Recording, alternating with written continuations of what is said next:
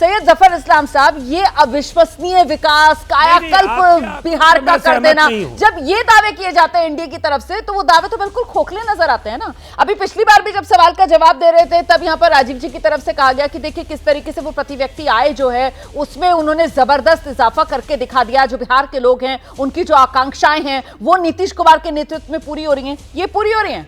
Per capita income सबसे कम अगर किसी राज्य में देश में है तो वो बिहार में है।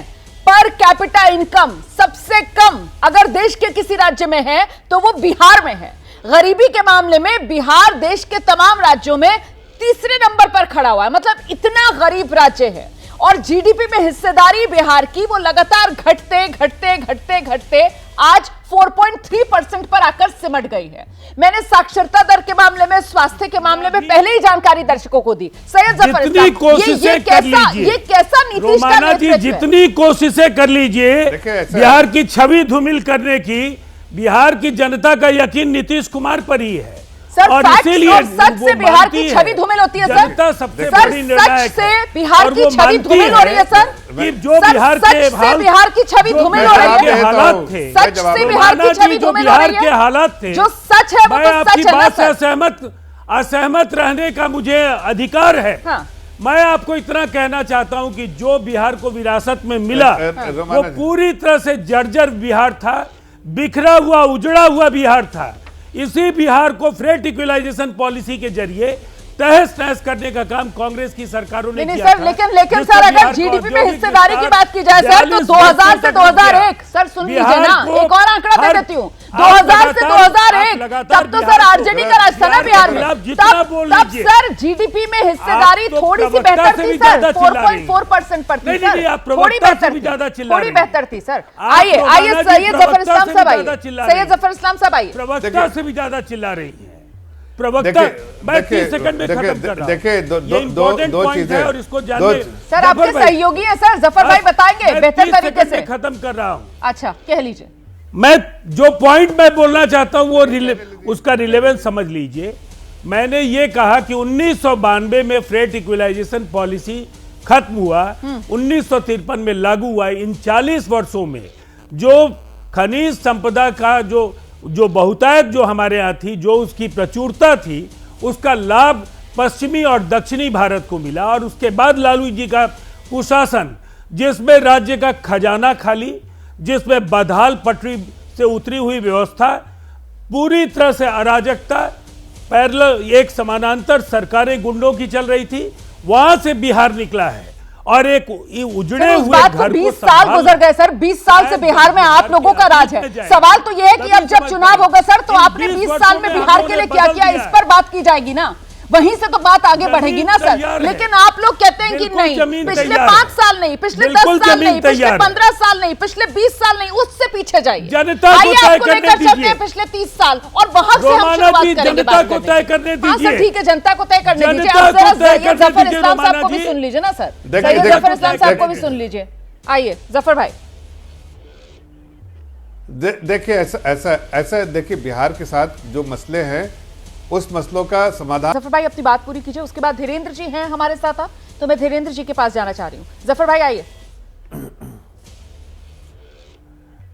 देखिए कंचन जी कह रही थे अभी थोड़ी देर पहले आपके प्रोग्राम में कि हमें नीतीश कुमार नहीं चाहिए जी। अरे भाई, जनता को नीतीश कुमार चाहिए, जनता को आप नहीं चाहिए, बिहार की जनता को आप नहीं चाहिए। इसलिए बार बार बिहार की जनता आपको नकार रही है। और नीतीश कुमार जी की जहां तक बात है, नीतीश कुमार जी के साथ आप आने के लिए बेचैन हैं, किसी तरह आप उनका हाथ दामन थाम ले, नीतीश कुमार जी आपका दामन थाम ले। लेकिन नीतीश कुमार जी ने बिल्कुल साफ कर दिया, ऐसे लोग जो करप्ट लोग हैं, जो लोग माल लूटना जानते हैं और जनता को कहीं ना कहीं धोखा देना चाहते हैं, ऐसे लोगों के साथ हमारा नहीं रह सकता। इसलिए आप जितने भी पैतरे बनाइए, कुछ फायदा नहीं होगा, जनता आपको नकारने जा रही है। और जहाँ तक बिहार की बात है, तो ज़रा ये भी बता दिया कीजिए रोमाना जी कि बिहार का जब बंटवारा हुआ तो किस तरह से बंटवारा, की पॉपुलेशन कहाँ थी, रिसोर्सेज कहाँ थे, इसके बारे में कभी चर्चा किया आपने कि कितनी पॉपुलेशन जो है बिहार में आ गई। अनप्रोडक्टिव रिसोर्सेज जो बहुत सारे एरिया थे वो बिहार में आ गए, और रिसोर्सेज जाते, मिनरल रिसोर्सेज और सारे रिसोर्सेज और जो प्रोडक्टिव स्पेस में जितनी चीज़ें थी वो बिहार झारखंड में आ गई। तो एक स्टेट को, और उसके बाद जो यूपीए की सरकार रही सर, वो तो फिर स्टेट की ऑर्गेनाइजेशन बोर्ड ने जिस तरीके के फैसले लिए सर, जिस तरीके की सहमति बनी, उसी के बाद ये जो डिमार्केशन है वो हुआ ना सर। अब हम वहीं पर बैठ जाएंगे अगर बात को पकड़ के, तो फिर तो लकीर के फकीर हो गए सर। और उसके बाद से सर अब तक कितने साल गुजर गए, और उन सालों में सर 20 साल तो नीतीश कुमार के नेतृत्व में सरकार चली है ना बिहार में सर। 20 साल सर, यहाँ बात 5 साल 10 साल की नहीं है, यहाँ 20 साल नीतीश कुमार के नेतृत्व में सरकार चली है सर। और किस तरीके से बीच बीच में आप ही लोग सब जब नीतीश कुमार से अलग होते हैं तो फिर नीतीश कुमार की घेराबंदी करते हैं, ये सब भी देखा है, बिहार के ही लोगों ने देखा है। इसमें जरा धीरेन्द्र कुमार मुन्ना जी का रुख कर लेते हैं हम। धीरेन्द्र कुमार मुन्ना जी, 2020 मुझे तो याद आ रहा है, और चिराग पासवान तो तभी 2020 में कह रहे थे कि साहब सियासी तौर पर एक्सपायरी डेट आ गई है चाचा की, नीतीश कुमार की। अब अगर 2025 में तेजस्वी यादव कह रहे हैं कि गाड़ी खटारा है, तो क्या गलत है? रुमाना जी, सबसे पहले तो आपको रमजान का मुबारकबाद और पूरे देशवासियों को भी।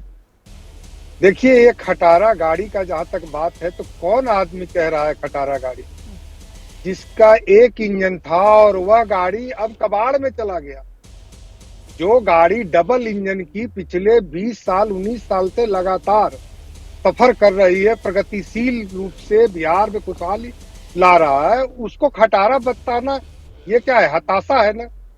और यहाँ पर तो PS5 मॉडल की गाड़ी है, एनडीए वाली, 5 दलों की, बिहार 5, इससे पांचों दल मुट्ठी बांध करके साथ में चल रहे हैं हम लोग। और अब विकास की बात में क्या नहीं है रुमाना जी, आप बताइए।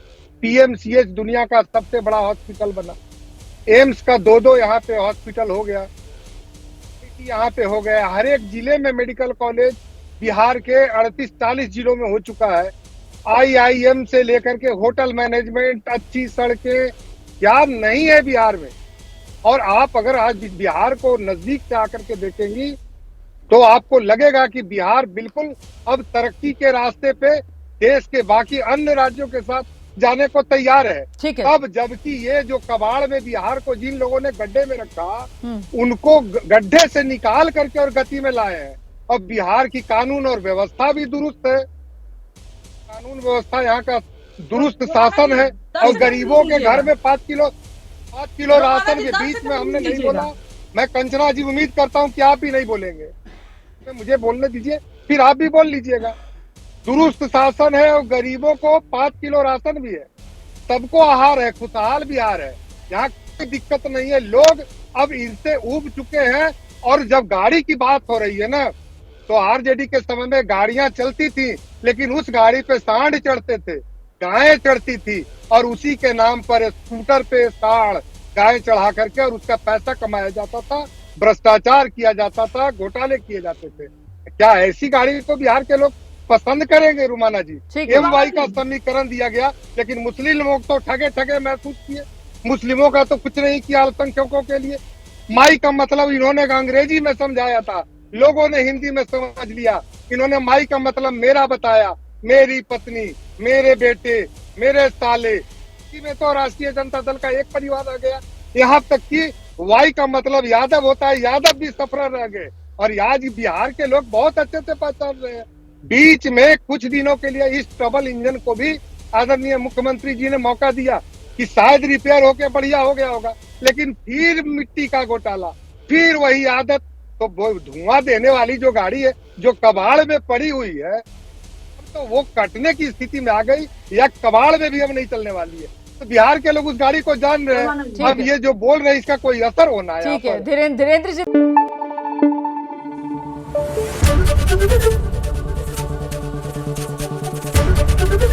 ABP न्यूज आपको रखे आगे।